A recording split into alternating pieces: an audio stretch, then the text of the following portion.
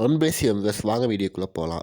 நேற்று பார்த்தீங்கன்னா நம்ம வந்து தெல்லிப்பளை ஸ்ரீ பைரவ கோயிலில் பார்த்தீங்கன்னா பைரவருக்கு பார்த்தீங்கன்னா நேற்று வந்து மகா கும்பாபிஷேகம் நடந்துச்சு. அதாவது பார்த்தீங்கன்னா சரியாக சொன்னால் அந்த இடத்த நம்ம இலங்கையில் பார்த்தீங்கன்னா இந்த வடக்கு கிழக்கு மட்டும் இருக்க அந்த தெல்லிப்பளை கோயிலில் பார்த்தீங்கன்னா ஸ்ரீ கால பைரவருக்கு பார்த்தீங்கன்னா நேற்று வந்து புதுசாக வந்து ஒரு சிலையை வந்து அந்த கோயிலில் வச்சு பிரதிஷ்டை செய்து பார்த்தீங்கன்னா புனித நீரில் அபிஷேகம் செஞ்சு பார்த்தீங்கன்னா நேற்று வந்து தெல்லிப்பள்ளியில் வந்து பைரவருக்கு வந்து அபிஷேகம் செஞ்சாங்க. இந்த கோயில் பார்த்தீங்கன்னா ரொம்பவே பழமை வாய்ந்தது.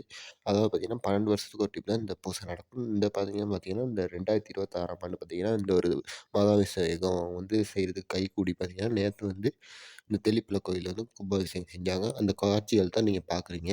சுவாமி பைரவருக்கு பார்த்தீங்கன்னா எப்படி அந்த அபிஷேக ஆராதனைகள் செய்கிறாங்கன்னு. நான் ஒரு மந்திரம் சொல்லிட்டு போயிடுறேன். அந்த மந்திரத்தை நீங்க சொன்னீங்கன்னா உங்களுக்கு வந்து பைரவர்ட்ட அருள் எப்பயும் கிடைக்கும். அச்சமெல்லாம் போயிடும். வாங்க பார்ப்போம். ஓம் கால பைரவாய நமக அப்புட்ன்னு சொன்னாலே போதும். உங்களுக்கு வந்து இதனாலைக்கும் நல்ல பலன் கிடைக்கும். நன்றி, வணக்கம்.